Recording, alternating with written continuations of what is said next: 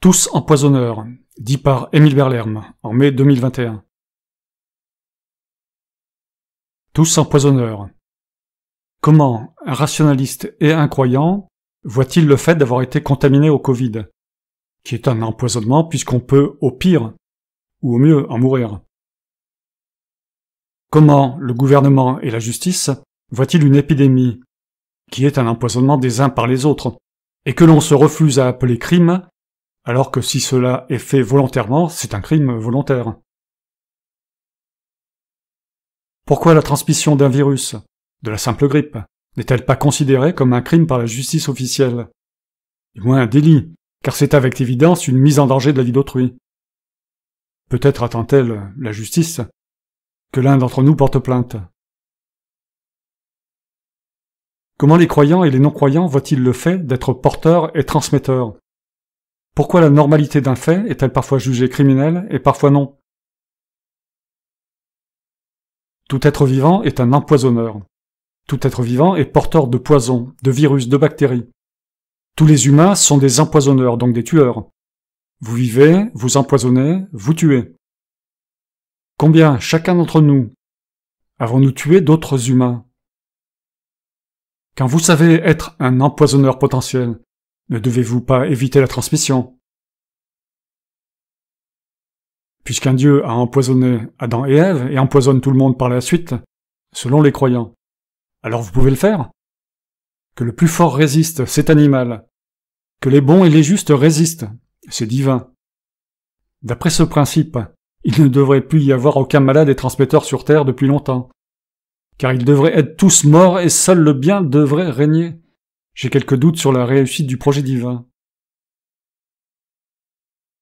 Mais la justice traite des crimes volontaires et involontaires, alors pourquoi le gouvernement qui fait les lois utilisées par la justice ne traite-t-il pas cette sorte d'empoisonnement communautaire comme des crimes involontaires?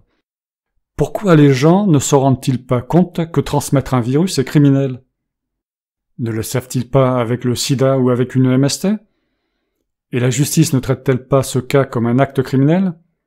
Si vous savez que vous êtes porteur du sida et que vous copulez sans prévenir le partenaire et sans protection, vous êtes légalement condamnable. Le virus est un poison.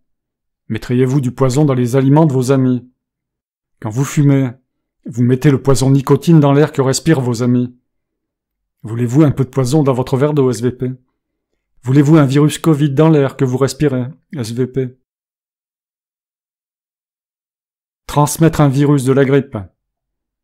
S'ils avaient dit que la Covid-19 était le choléra ou la peste, les gens ne l'auraient peut-être pas traité comme une simple grippe. Grippe aviaire, grippe de pangolin, etc. Et n'être qu'un simple vecteur paraît normal. C'est normal. Mais c'est criminel si on peut l'éviter. Et c'est criminel de le transmettre toujours.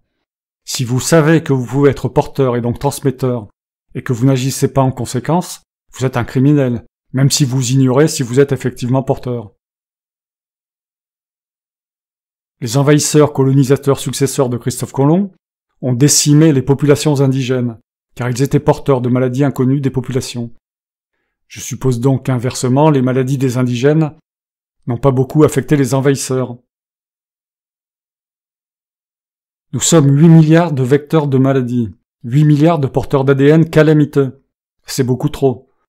Non seulement nous nous contaminons gaiement les uns les autres, et vive la loi de l'évolution, mais nous contaminons les bêtes, car si eux nous transmettent évidemment, nous leur transmettons.